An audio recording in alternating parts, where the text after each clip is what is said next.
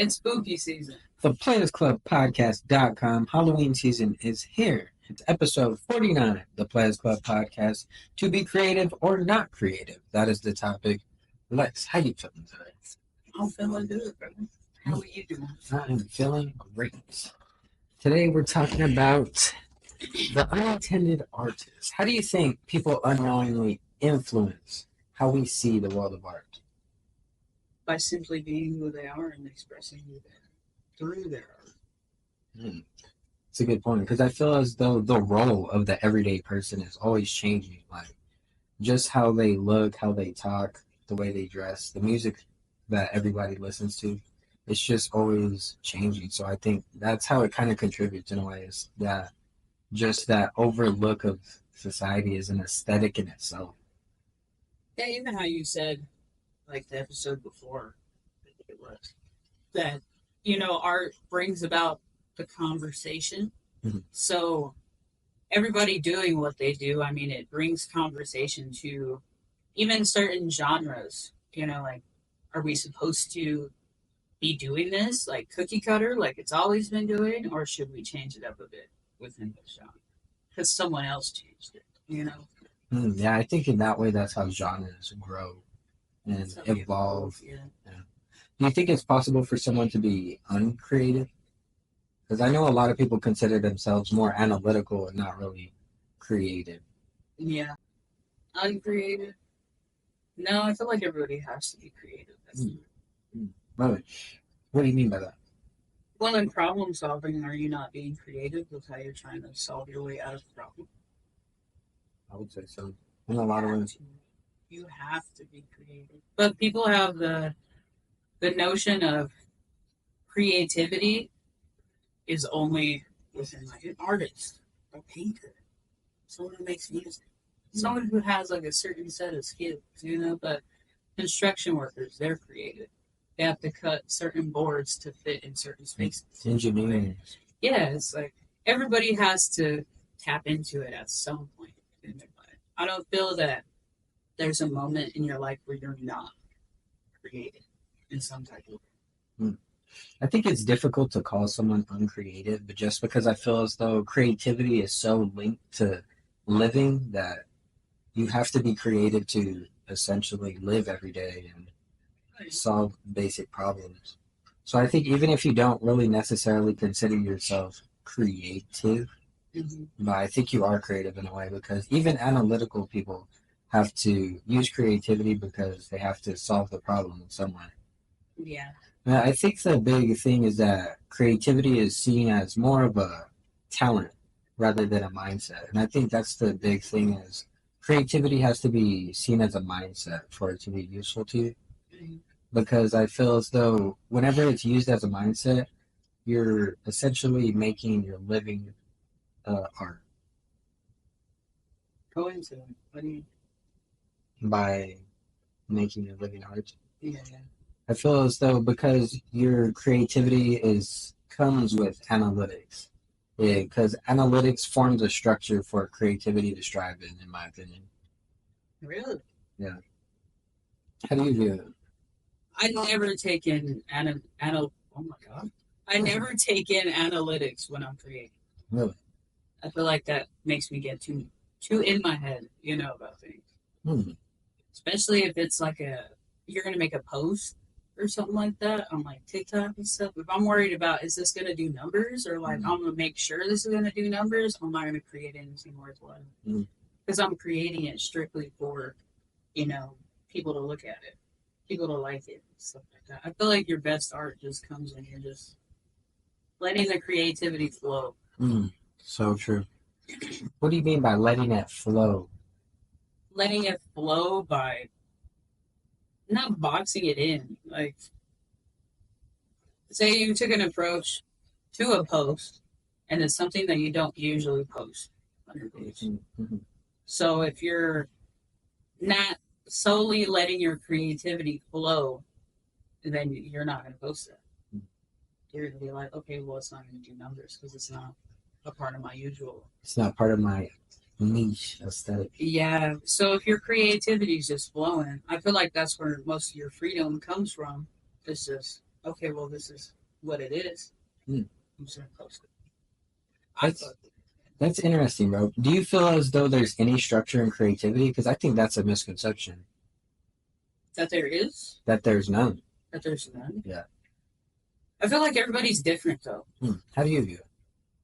I would prefer that there's none, no structure.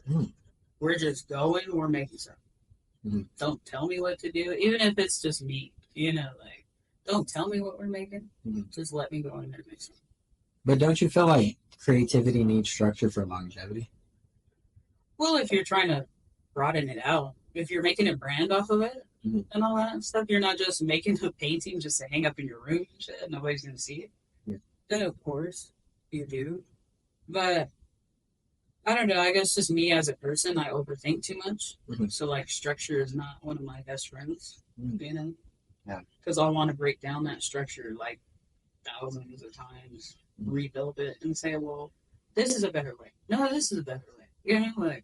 So I feel like that's what I prefer, no structure in my creativity, because then I just will not be creative at all. I'll be stuck in that trying to build a structure as opposed to making something within that structure. That's interesting, because I view that structure as something for your audience to really resonate with. Because I kind of view it as though your analytics is what kind of builds the, I guess, community of what people want to see from your art. I think it kind of makes it easier for an audience to reach what you make, because they're able to relate to your message more. Does that make sense? In a way, if that makes. But it doesn't. So, like, you're curating it to other people, pretty much. What do you mean? Like, so they can relate to it. Like, you're curating it in that way. Like, your structure is pretty much, your structure is just like so people can relate to it.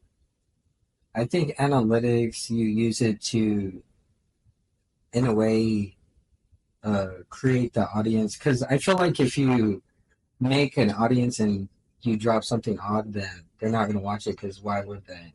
It's not something they expect from you, True. So I think in that way, it kind of builds momentum with using analytics in that way. Like, it kind of builds the momentum as to collecting people that have the same vision as you.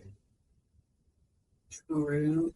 So, but looking at it from that lens, so people are just there for what you provide for them. They're not necessarily there for the artist in that way.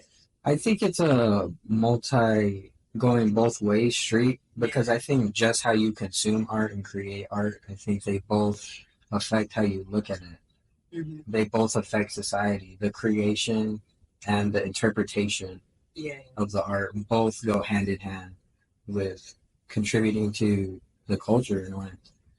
So I think they're both related, the consuming of the art and the creating of the art, because I think it becomes a loop in a way as to people want cool stuff, and artists want to make stuff that people think are cool.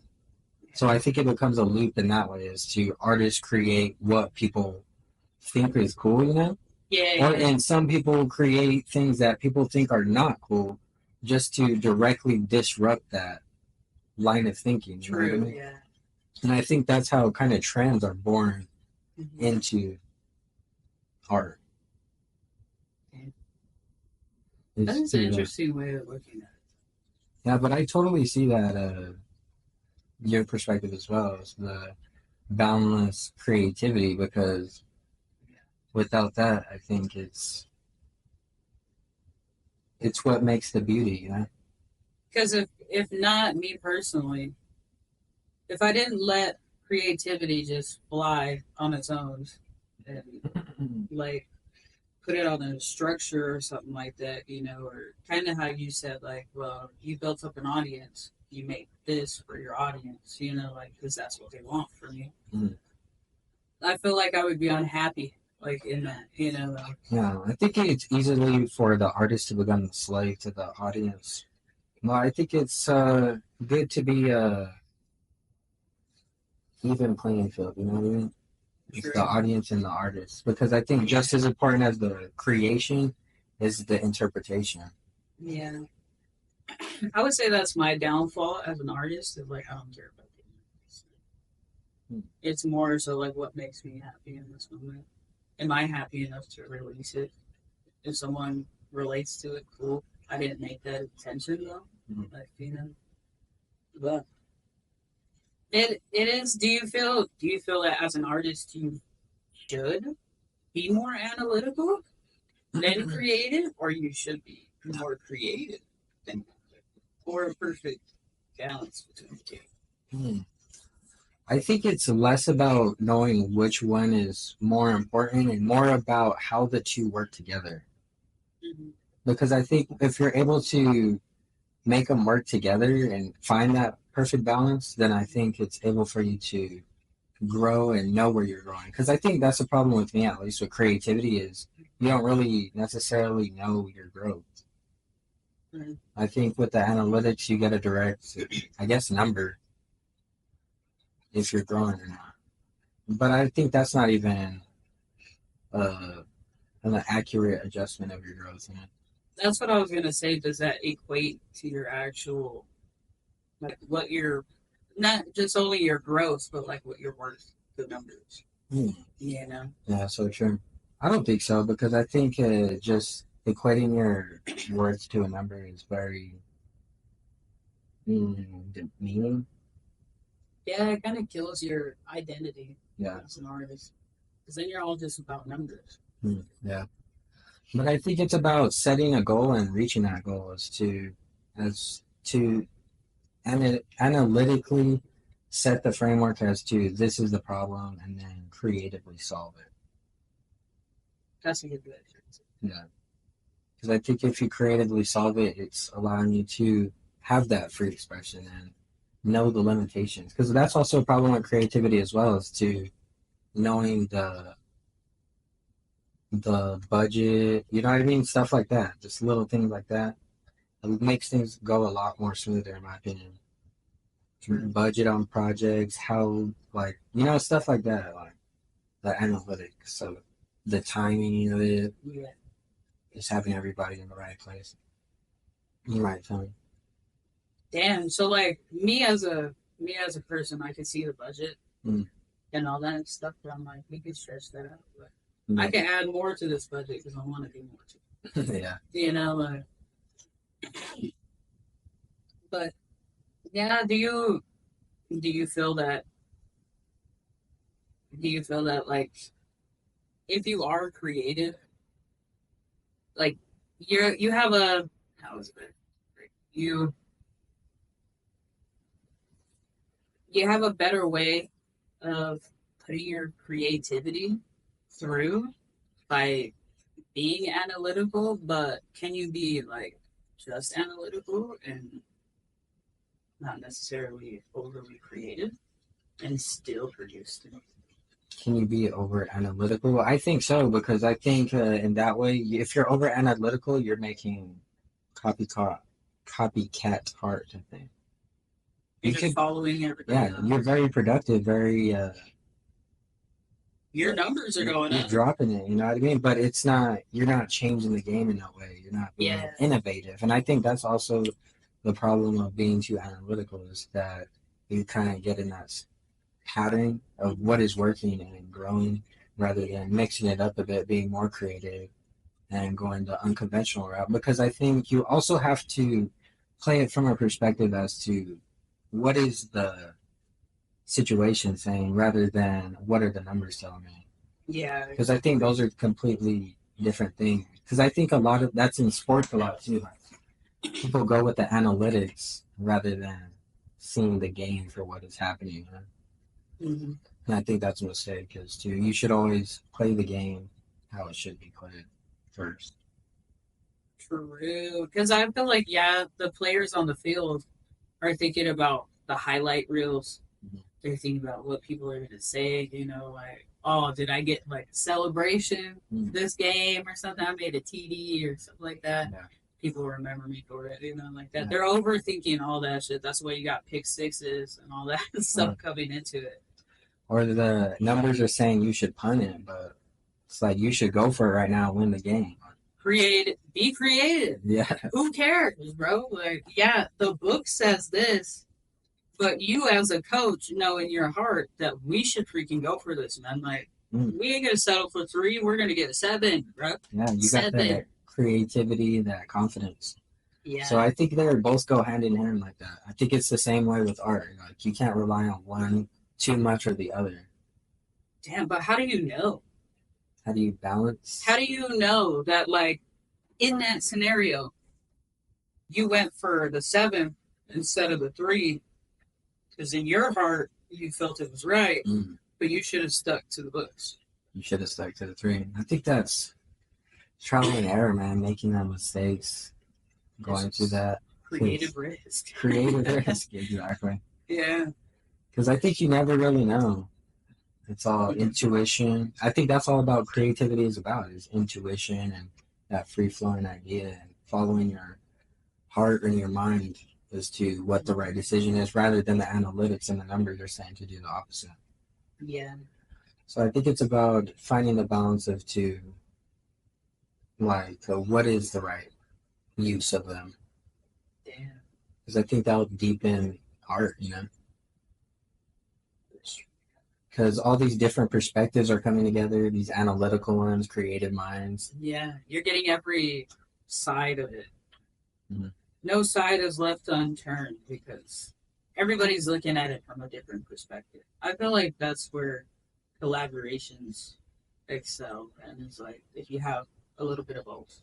Yeah, you have that analytical mind and that creativeness in it. Because if you have 2 analytical people that just focus on numbers, the book, how it goes, then it's not going to get outside of that box. Nobody is leaving this box. You know, like, nobody's opening the door and saying, hey, there's a world out there that we can explore and we can bring in here. Everybody's just like, no, this is what it says. We need to. Yeah. This is what it says. Because they looked at numbers and all that stuff. They said, yeah, look at that. Yeah. So, what was the original question? Do you think analytics could survive in art alone and creativity could survive in art alone? I feel like they could, but they won't be sustained. Either one of them is going to hit a wall. That's a good point. Yeah. And I feel like to get them out of hitting that wall, then you need the other one. If an analytic hit a wall, they say, well, shit, I don't know what's past this. The book's going to tell me about all this shit. Then the creative is like, all right, cool. I'm free-minded and shit. Fuck the book. We're just going to go take off. We're just going to go see what's behind it, bro. Like, what are you so scared of? You need a fucking map to show you where to go, bro. Like, just come with me. And then you could go, they pass it. And then the creative hits the wall and the analytic is like, all right, the book say this. Let's do this. Let's do this method that always works. And then they go past it. You know, so it has to balance it out. That's a good point, man, because I think creativity is so open that it can sometimes feel like the void, you know? It's so anything could be adventure, but then also analytics is so closed off that it's like you're chasing your own tail. Yeah. You don't get to see what's past it, man. You just see right here. Like, yeah.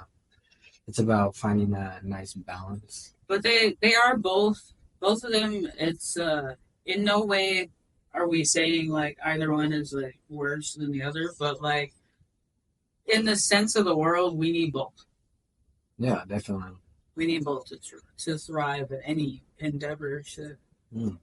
Yeah, because I think that's the whole function. That's the beautiful thing about analytical people and creative people coming together is that it makes the world a functional place, but a beautiful place at the same time.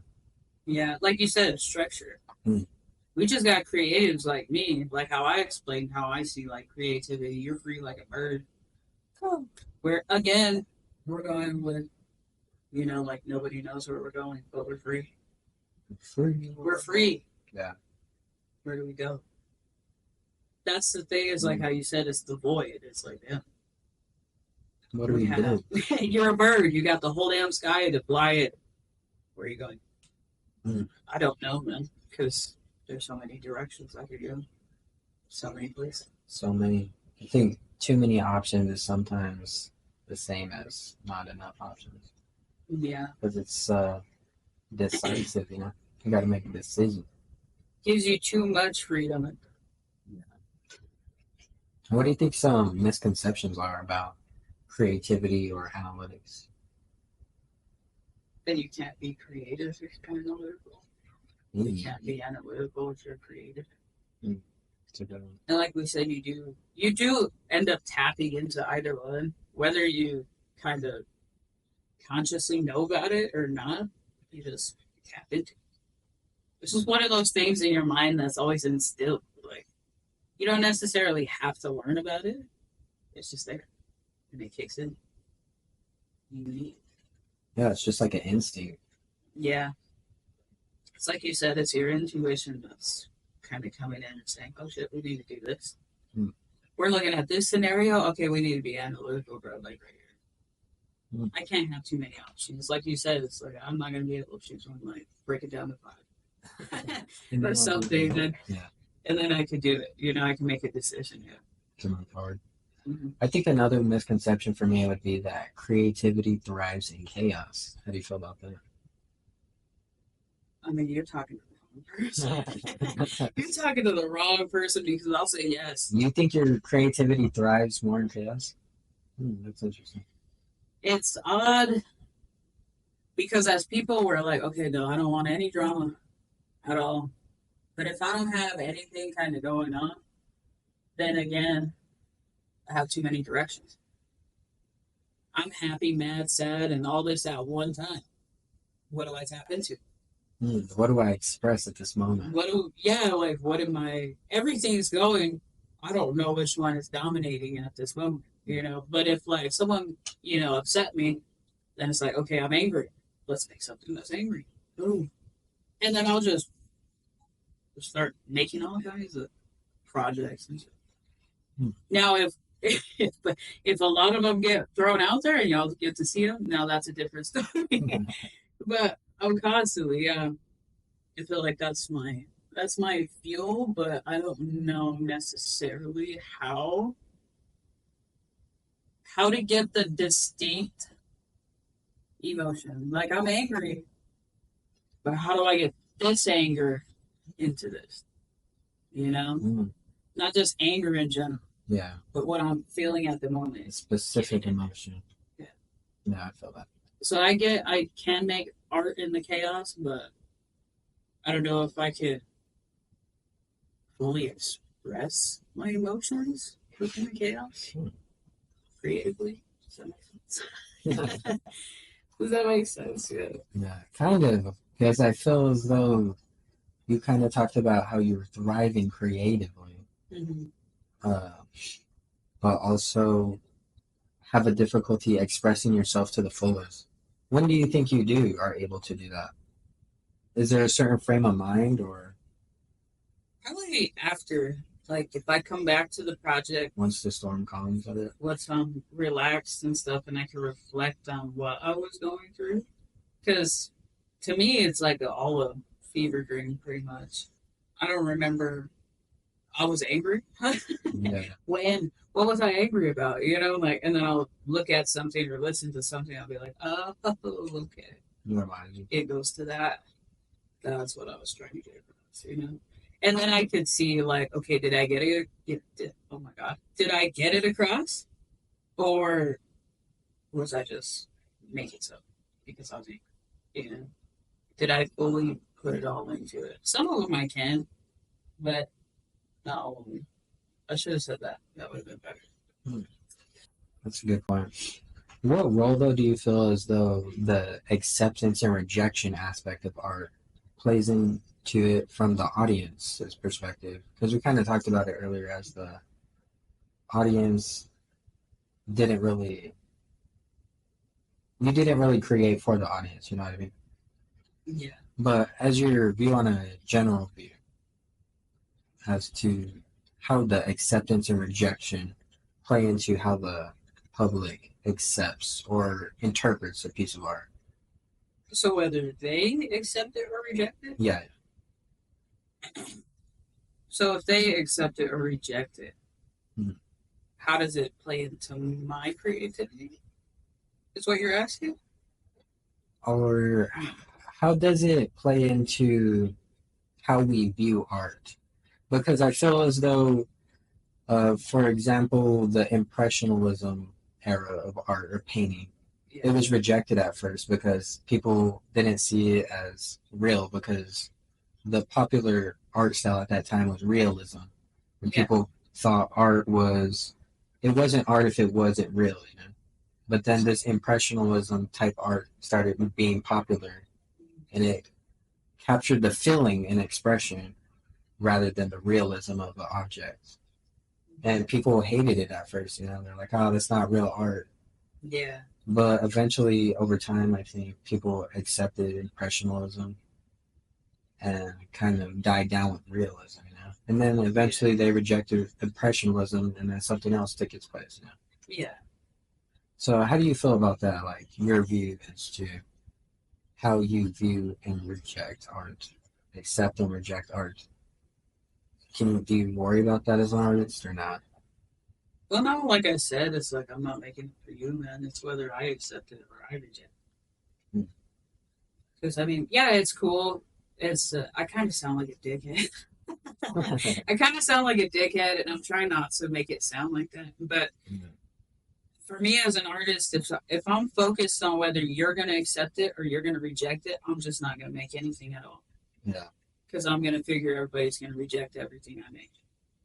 Because my insecurity will come up, and I'll be like, oh, well, nobody's going to like anything, even if it's the norm, like you said, of what I usually make that they do like. Uh, let's I think this one a little bit different. No, they're not. Get over critical with lines if I focus on approval. Do you focus on approval or rejection?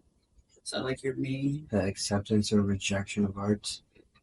Not really, because I think over time the meaning of art changes, so you can't really focus on that as an artist. I think because I think at one point a controversial piece could be seen as a piece that's ahead of its time.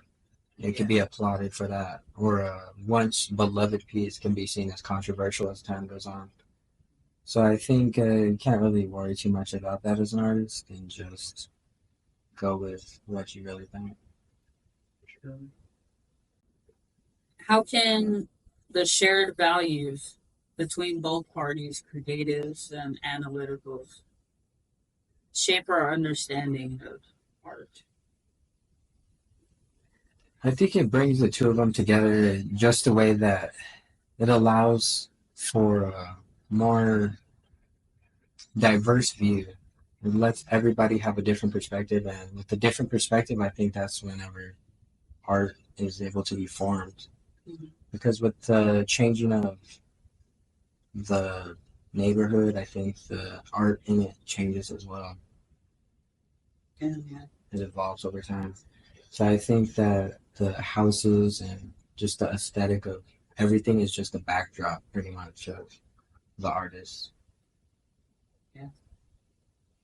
I would say, yeah, it does open up your mind, whether you are solely creative or solely analytical. You do get to see it from the other person's perspective Mhm. as to how you view art. Everybody views it differently. However, you consider what sad art is supposed to be, someone doesn't say that is the meaning. It's kind of how you said about the realism and all that stuff. Like, oh, that's not art.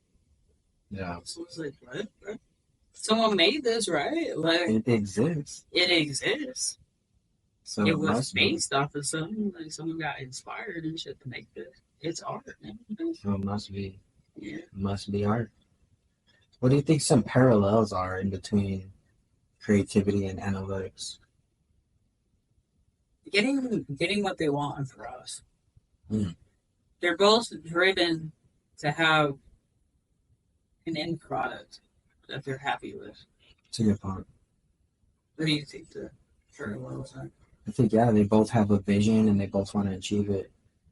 And I think we both view and create art for an attempt to have some familiarity or understanding. Yeah. So I think with that, it makes art more impactful because it makes us more connected to each other, the artist and the viewer as well, because they could relate to you. You know what I mean? Yeah. That's how you said the creation and the consumption part, you know, creation, getting the emotion across, consumption is like someone understands it, or they could get in tune or understand their own emotions from seeing your display of your own. Mm. The interpretation. So, what do you feel are common challenges that creatives or analyticals face in creating art? I think they both have the challenge of understanding, interpreting art on both ways. Because I think, like you said, it was a good point. Is like you can't really care what they think, but also you want it to be like you send a message that expresses what you're feeling at that point, and then it leaves it up to interpretation. Yeah, And it's did you really get that emotion across well? Because I think the person to express their emotion across is the artist. You know. that is true. I mean, you have so many paintings that tell the same emotion almost, but who told it the best? Yeah. Mm, That's crazy. that's a good one. And if you ain't getting views on your art, yeah. That means you're losing the race. But yeah, it does bring an interesting view on it. Yeah, because shit, as an artist, you do get upset where you're like, man, I posted that first, bro. And then this other person posted it, bro. Then they got like millions of likes, all this and that, you know. Like, That's the crazy thing too about art. yeah, It's like it's not necessarily who had the idea first. it's And that's just the thing that kind of sucks about it too. that's the thing about it. It's like I'm not trying to be a dickhead and say I don't care about the audience and stuff because you do need to care for that reason. It's like, yeah, you're not getting any recognition for it because, well, like you said, like, did you get the emotion across? Could they relate to it? Could they see themselves in your art? Yeah. So if they can't, of course they're gonna be like, well, man, that was boring. You know, like they're just gonna pass it up. Because I think in a way that's why people follow you in a way is to Yeah. they could see themselves in your art in some sort of capacity, and that's why they can relate to it and they find it cool in a way. Yeah. Or, you know, you just find an artist that you really like a genre and that's what they paint or that's what they make. Yeah. So that's where you're like, oh shit, like they're me, bro. It even inspires. They're not you, but they are you, you know? Like, yeah. They're able to take your that ability and express it Yeah. essentially for you. Some of them could articulate it better. But I have ideas as to like, I can make that, but it's not going to look like that. It's going to look like a 5-year-old drew it or something. Like, Yeah, you know, it's like, completely different. yeah. So it's also that too, is like, that that essence of did you actually care about this piece is what's something for me too. Like I could relate to it, but I need to get it on like a deeper level. Like, What do you mean by did you care about this piece? What does that mean to you? did you care about this piece? You could actually see it in the art, you know, like they just they didn't just make something to make it. It actually had something behind it that drove it. It's not just kind of how we talked about trends and stuff. Well, I'm just going to paint this because everybody else is painting it. I don't really like this type of art or anything like that, but it's getting views. People are getting, you know, like eyes on their stuff like that because they're making it. So, like, let me know. So true. You could tell, man. Yeah, you can't You tell. tell. It's hard to explain it, but like, it's just a vibe thing. You look at something, you're like, it's not really your thing. You did this for somebody else. How do you yourself tell if you care about a project?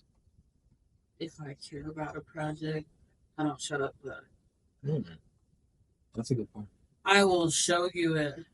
Like if it, even if it's like I'm progressively working on it, I will come and I'll be like, look, It's coming on. what I added to it. Can you notice what I added to it? Or something like that, you know, like I will keep talking about it. Or I'll keep, like, songs, I'll keep listening to it. That's how I know that they're good enough to be released, is like I keep coming back and I listen to it. And if I don't get tired of it, then it's like, all right, Yeah. this is me. Yeah, I feel this. I feel it. Yeah. It's interesting. How do you view that interpretation of your work? Like other people's interpretation? Yeah. Dang. Because I feel like that's inevitable. If you do put work out, someone's going to have an opinion on it. Yeah. You know? Someone's going to tell you something about it. Yeah. Good or bad, yeah. They'd be like, this is trash, bro. And you sat on this for like 3 months. Or I love it, bro. This is lovely. Their interpretations. Like I said, I guess that's why I focus more on if I accept it or I reject it. Because if I reject it and then I send it out, someone else rejects it, I'll be like, I knew I shouldn't have put that down. You know, like, I'll get so upset. But like if I accepted it and I released it, someone rejects it or accepts it, either or, it's just like, cool. It kind of gives you that stance as to it's all right. Yeah, it's just art, man. They're not throwing knives at me. They're just saying words about your painting. They're having an opinion. Yeah, it's like, is someone gonna beat you up for not liking your art? Maybe. I shouldn't say that. I shouldn't say that. Cut that out of the final thing. Cut that out of the final thing. But yeah, it's just, if they like it, they like it. If they don't like it, they don't like it. But I mean, as a person, you're gonna take it personal. You want people to like your work. To some degree, you know, even if you trained your mind to not be affected by it, you're gonna get hurt to some extent because you made it. Yeah. You spent however much time putting in effort into making that, and someone's just gonna come. Time, effort, love. It's the equivalent of making a sandcastle and someone walks by and kicks it. That's how it feels. You feel a bit annoyed, yeah. You're like, wow, bro. You hating that. And sometimes it is that, you know, so you can't take it too personal because someone is just hating. True. Because they can't do that, what you did.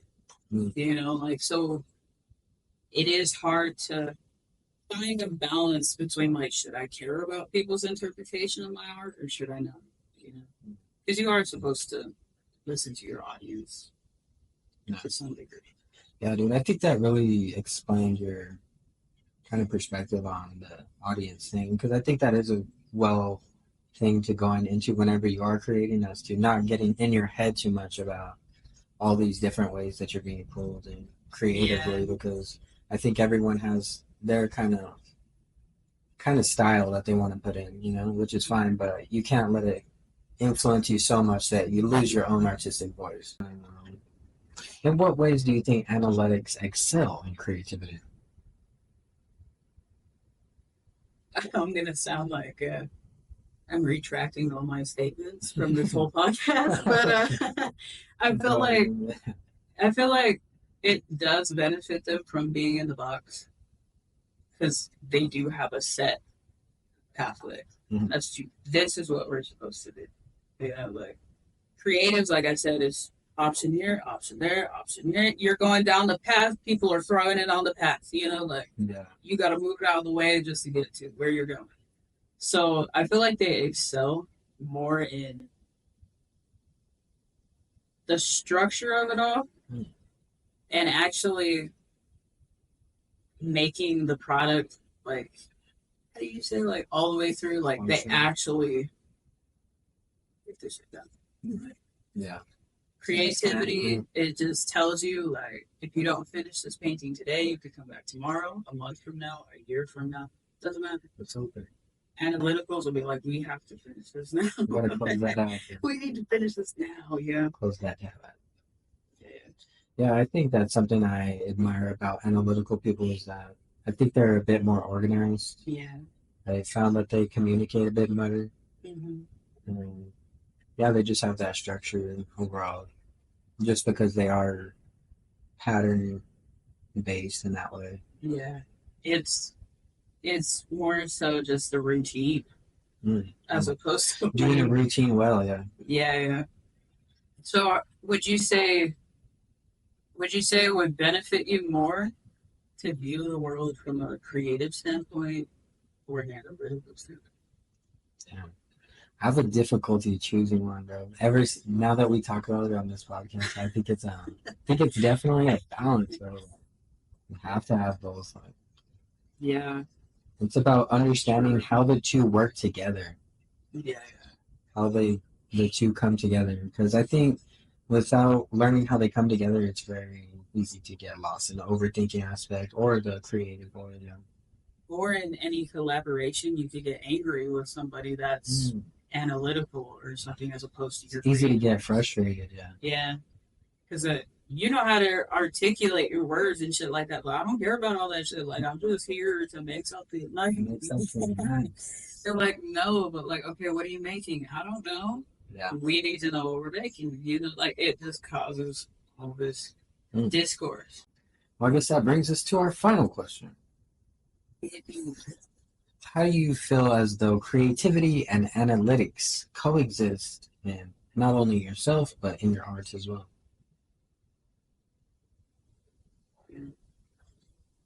They coexist in a way that I can't explain. In a way that is so complex that the mind cannot understand.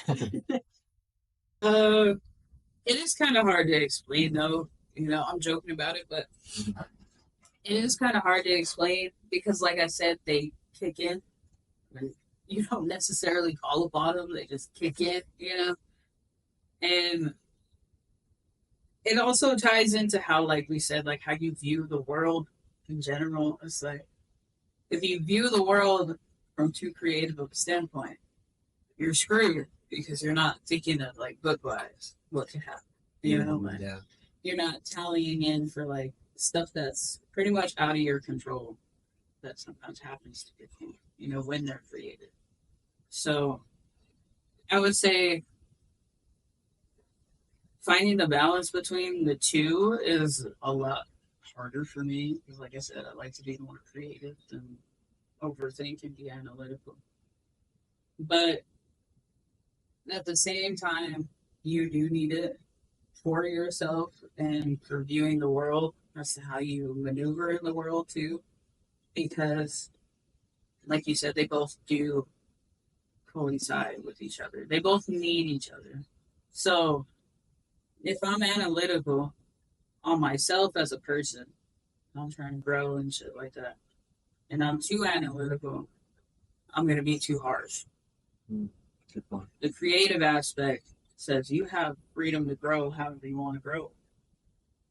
But you should count in all these tallies. You know, like don't just grow and not know what, you know, what kind of What you're growing. yeah, like what kind of direction you want to go in. You know, not even that direction that you have to go in analytically as an artist. Where do you want to go? It's not where every other artist goes. That's a good difference. Yeah, so I would say it's it is beneficial to have both of them in yourself and you know in your art and how you view the world and stuff like that. In my art, I would say it's the same way as to yeah, you can pay attention to like okay, this is what people want, but at the same time, this is what I want. You know, like so you have to have the balance between the two. Nice balance of the scales. But I'm still working. As we all are. Well said. How would you view it? I think they both coexist in my art and as my person as well. Just by creativity is just the freedom of expression, my freedom of ideas, and just being able to express anything that I feel, you know. And analytics wise, is just makes me feel as though I have a sense of direction, which way I'm going, and have a sense of growth, like we were talking about. Yeah. But I think they both coexist in art and create different forms of art by just being able to create a new perspective. Because I think with creativity and analytics, putting them together, you have a art that is both thoughtful and impactful. And I think that's the whole point of creativity. Man. The Playaz Club podcast done. Your fresh mug today. Hologram mugs. Make sure you go pick them up at the playazclubpodcast.com. You got anything else, like? Stay on your grind. You're an artist. If you're creative, you live it. Yes. Be creative. Be creative. Be analytical. Be creative in the comments as well. Be creative in the comments. We need more. We need more comments. But the playazclubpodcast.com. Thanks for watching, guys. Until next time. Why you had to get her a shirt?